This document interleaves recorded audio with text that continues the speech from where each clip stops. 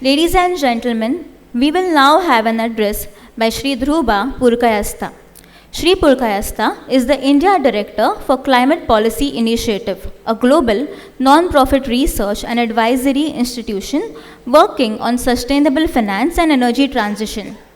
Earlier, Shri Purkayastha worked with International Finance Corporation as the Program Manager for Investment Climate Advisory and with the World Bank as a Senior Specialist in the South Asia Finance and Private Sector Unit in lending operations for infrastructure and clean energy financing, public-private partnerships, SME financing, banking and capital market reforms, and technical assistance in improving investment climate for private sector development. Over to you, sir. Thank you, and good morning. Thank you, IBA, for inviting me, BCG. This is a really important session. And just to start with, often it's both easy and difficult to be the last person on the subject, but I'll try and draw as best as possible from what has been said and try and come and address what has been. I do rarely find myself in such a session because I work for Climate Policy Initiative. We are a research advisory think tank, primarily focused only on how the climate finance gap is going to bridge globally, and same is the function that we do in India. And it's a very relevant points which Mr. Tiwari and Joint Secretary Mr. Shukla also made. We also run a Center for Sustainable Finance, which is exactly focused on saying, bring these practices, bring this research and disseminate capacity build in the ecosystem. Having said that, in this very relevant, and thank you, Mr. Rashmi, you've left me with the situation where there is money required, and I think everybody has spoken about gaps and the amount of money required. So let me just take this time, and I'm not using the presentation which can be circulated, take this time allotted to me to really focus on bridging India's climate finance gap. So let me just focus on India. And I understand on the international scale, as Mr. Rashmi had put it, will not come. Yes, I kind of completely agree with that statement. But what beats me here is, yeah, it all started with Rio Earth Summit. But I'll go a few years before that. There was a problem in Montreal, which in a Montreal Accord was about the plugging of ozone gap, of the ozone layer, which led to all of UV radiation increasing.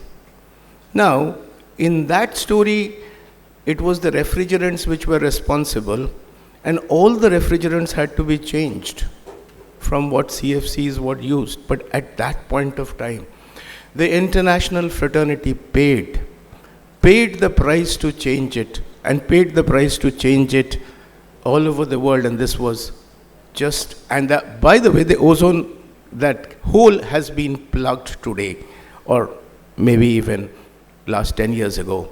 What beats me is, this is a global climate problem. It's not an India problem. It's a global common problem.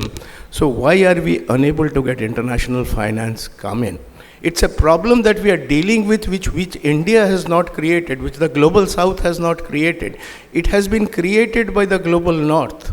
It has been created, it's a problem of the stock of CO2 or GHG, it's not.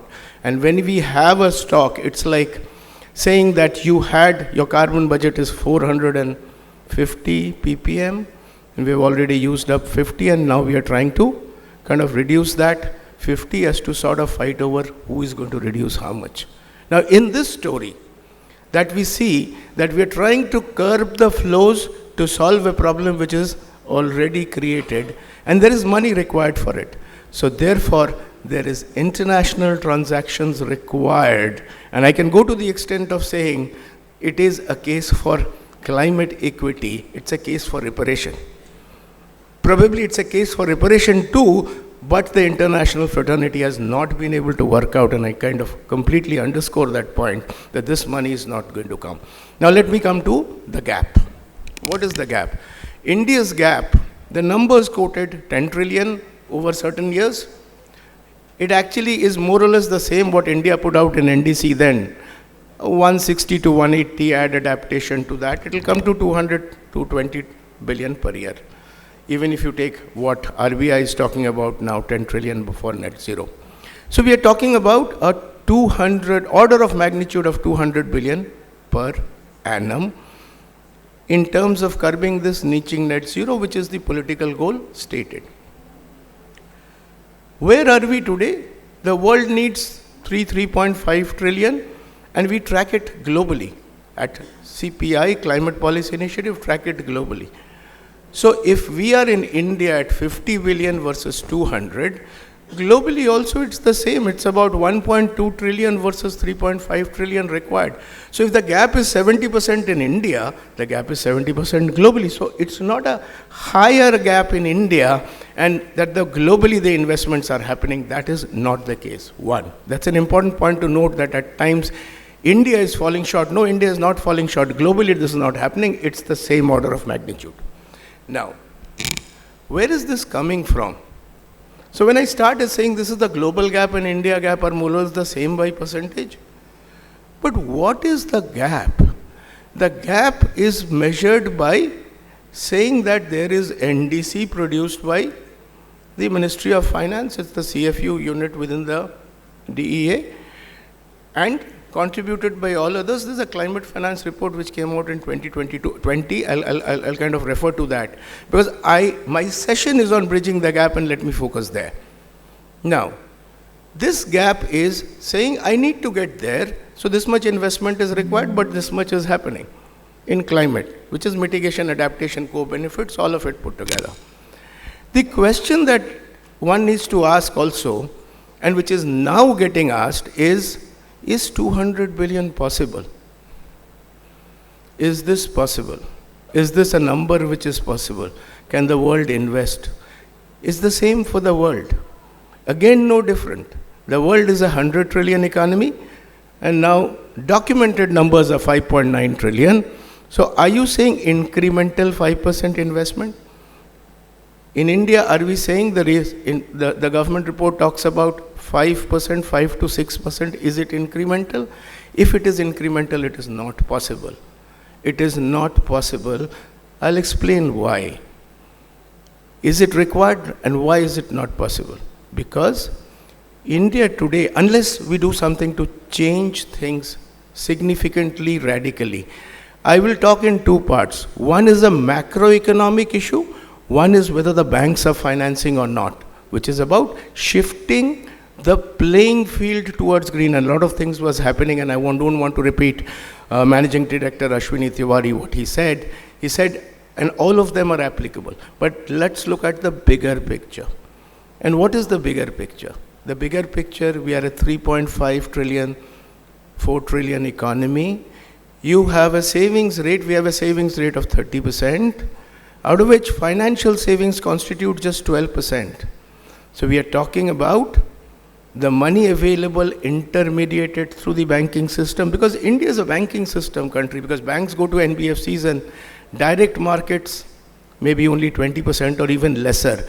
So it's the banking system which does the job, and it's doing that job of intermediating credit, and that is getting shifted towards green. Gradually the playing field is getting nudged.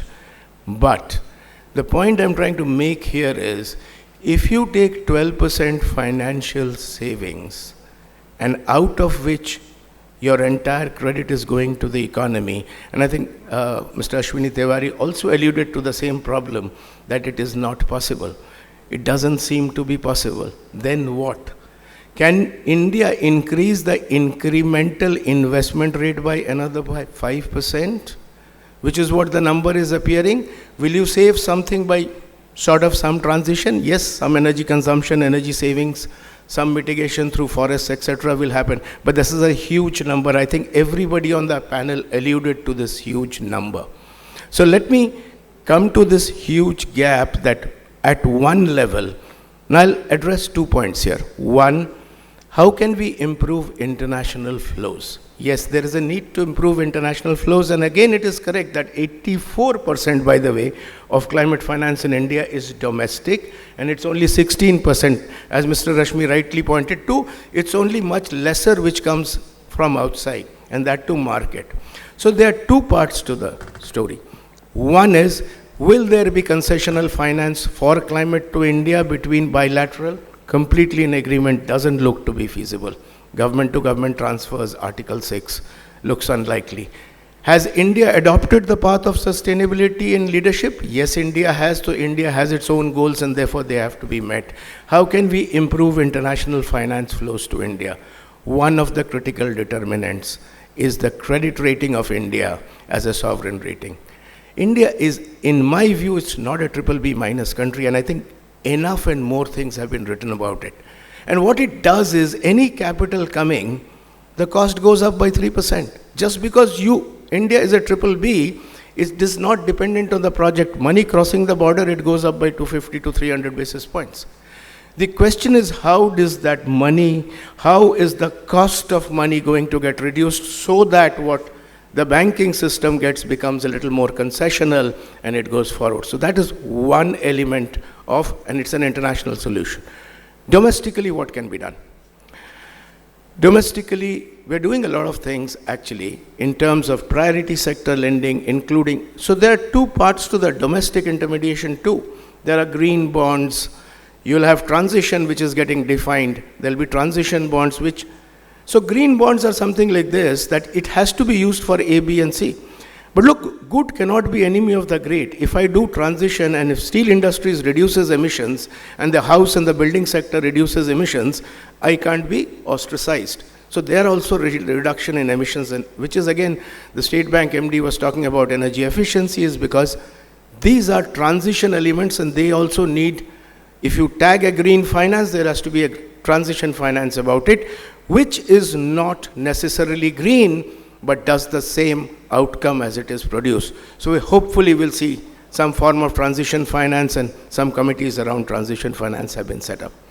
Now we come to shifting this playing field. Policy has a role, the regulators have a role, regulators will be present here, and the regulator is playing its role. There's an aspect of climate risk too, which I'm not right now talking about. I'm talking about how to bridge the gap. Climate risk will get managed by the financial system. This is about increasing the green finance which comes from the banking and the overall banking intermediation and the capital markets.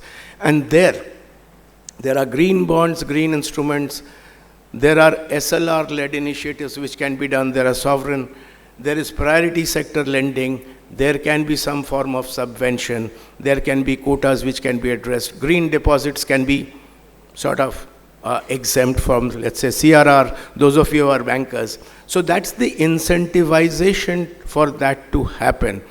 And the entire retailization has to change. I'll come to that part. So one is, you gradually shift the intermediation or the finance flowing to green. On one side, improve disclosure, BRSR, SEBI is doing ESG ratings, all of that leads to that shift. But more importantly, at the end of the day, one needs to figure that out, where is that incremental money going to come from. Now, when we have savings locked into real estate and land, what can the government do, sir?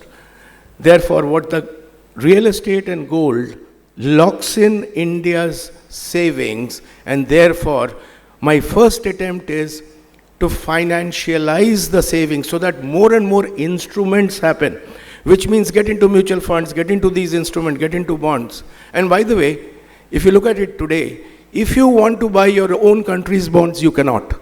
You cannot directly buy your own country's bonds. So we need a simplification.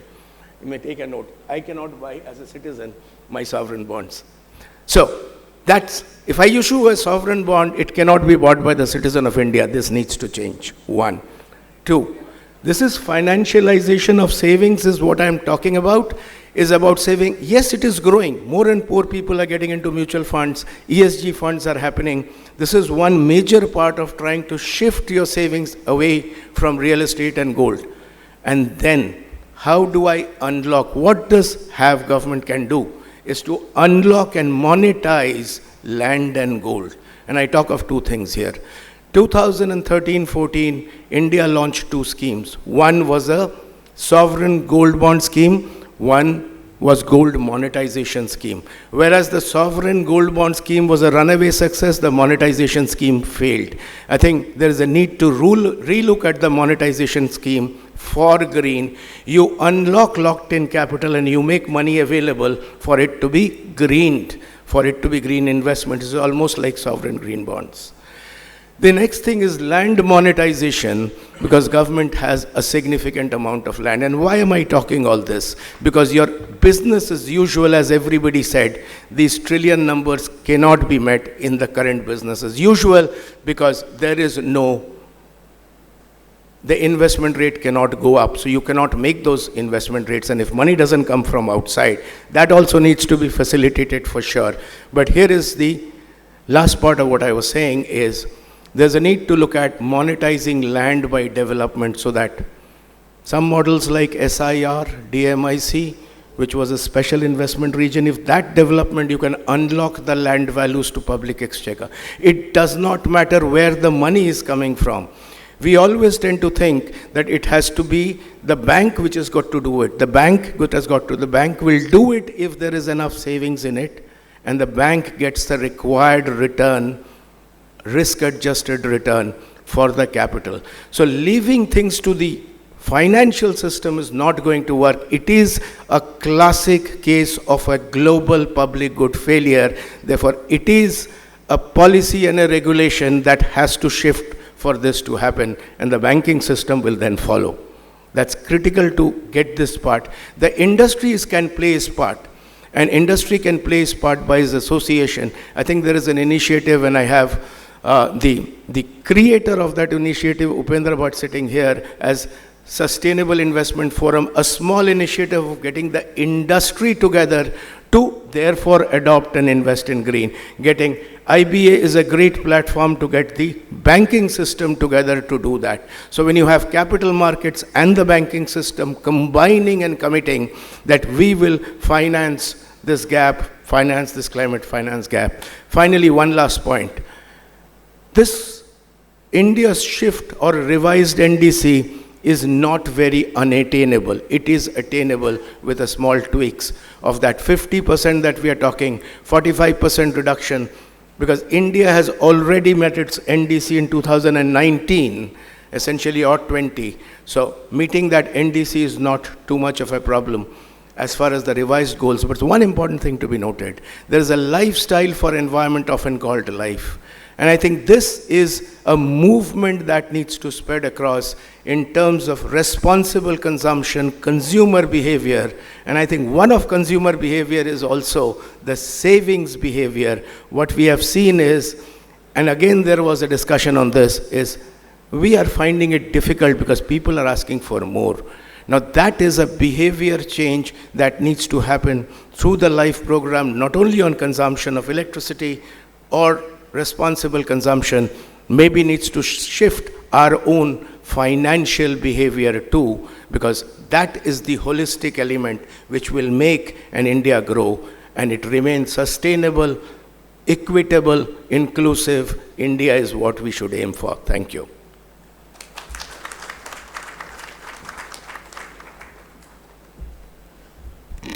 Thank you for sharing some great ideas with us, sir.